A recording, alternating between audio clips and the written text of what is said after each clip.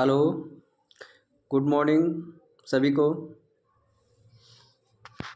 चलिए मैं आप लोगों के बीच आज दूसरा टॉपिक संख्या का प्रकार, तो उसी से रिलेटेड परिमेय संख्या और अपरिमेय संख्या आज पढ़ते हैं। ठीक है, तो क्या होता है इसको हम जानने का प्रयास करते हैं। ठीक है, तो देखिए रेशनल नंबर, इरेशनल नंबर ये किसका टाइप है? ये रियल नंबर। किसका? Real number. तो रियल नंबर होता क्या है?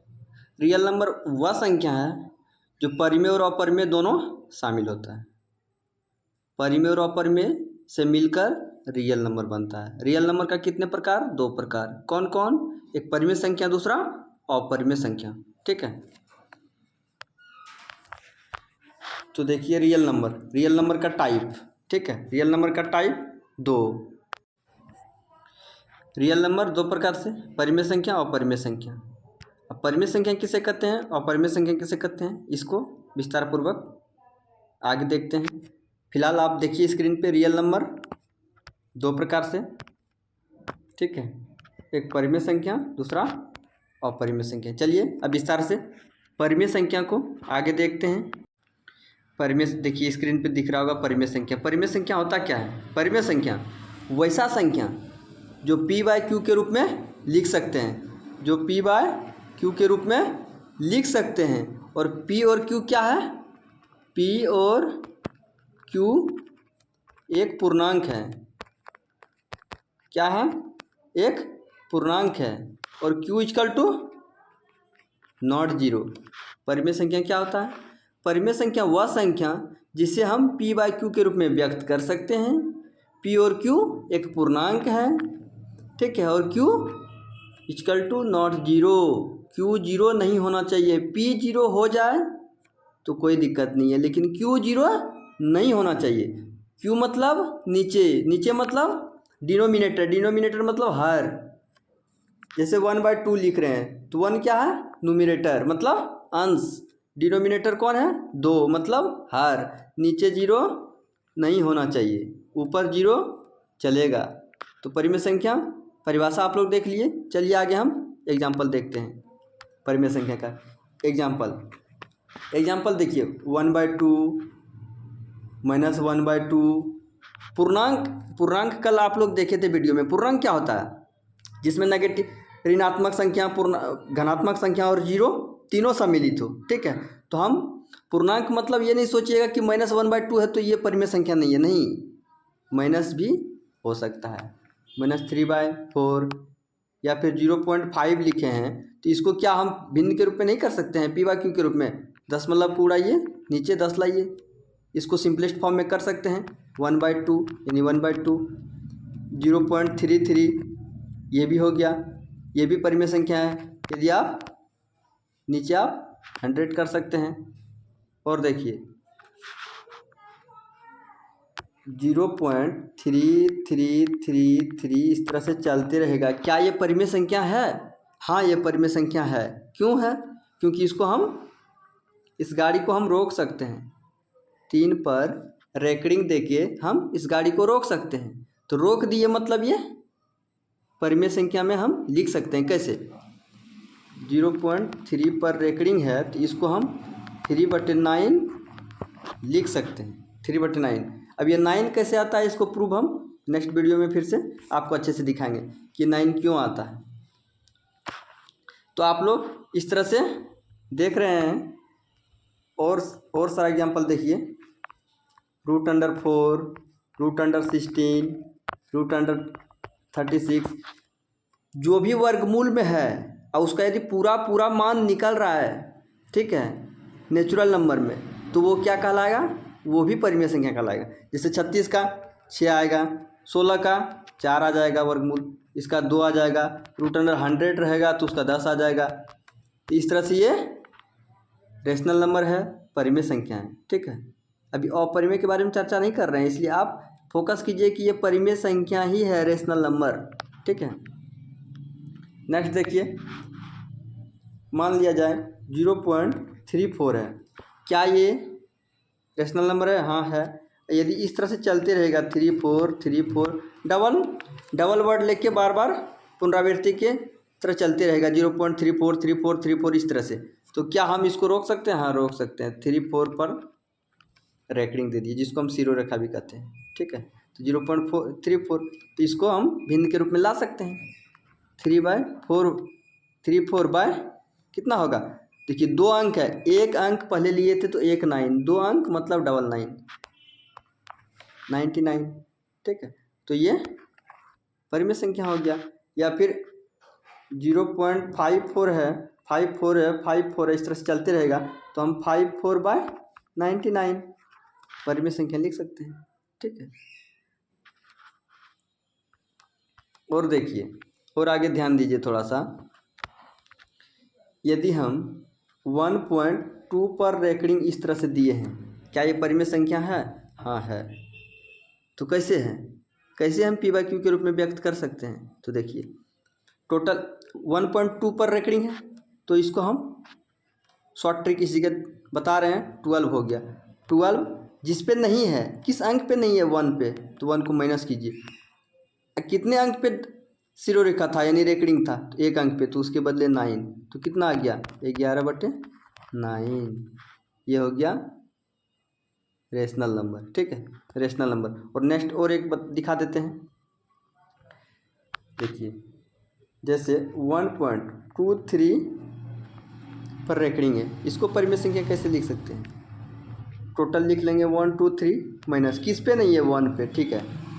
कितने अंक पे है? 2 अंक पे, तो 2 9। अब कितना हुआ ऊपर पे? 122/99 हो गया। ये परिमेय संख्या, ये परिमेय संख्या है, ठीक, जो आप लोग 9th क्लास में पढ़े होंगे, 10th क्लास में पढ़े होंगे। और एक इम्पॉर्टेंट देखिए इसमें, जैसे दिया हुआ है 0/5, क्या ये परिमेय संख्या है? हाँ है, क्योंकि हम पढ़े हैं P बराबर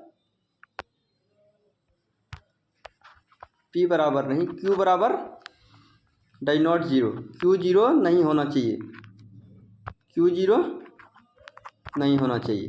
तो Q 0 है? नहीं है, तो ये परिमेय संख्या है। ऊपर 0 हो तो कोई दिक्कत नहीं है, नीचे 0 नहीं होना चाहिए। जैसे हम इसी को 5/0 लिख देते तो ये नहीं है परिमेय संख्या, ठीक है। अब वही 0/5 है तो ये परिमेय संख्या है। यदि पाई पूछेगा तो वो अपरिमेय संख्या है, लेकिन पाई का वैल्यू पूछेगा तो वैल्यू कितना होता है? 3.14, तो ये परिमेय संख्या है, ठीक है। तो इस तरह से आप 0/10 रहे या फिर ओनली 10 रहे या फिर 5 रहे, तो ये क्या है? परिमेय संख्या है, रेशनल नंबर है, ठीक है। 0/10 रहेगा तो ऊपर 0 है, कोई दिक्कत नहीं है। नीचे 0 नहीं होना चाहिए, ऊपर 0 रहे तो चलेगा, नीचे 0 नहीं होना चाहिए, नीचे 0 नहीं होना।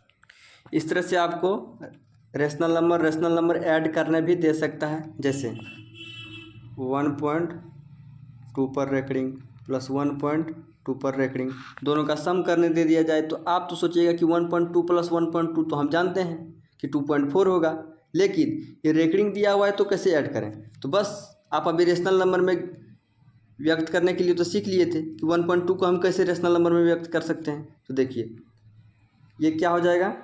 11/9 प्लस ये देखिए 11/9, तो अब ऐड कर सकते हैं 22/9, ये हो गया। और इजी वे में देखिए 0.3 पर रेकरिंग प्लस 0.2 पर रेकरिंग, तो इसको हम लिख सकते हैं 3/9 प्लस इसको 2/9।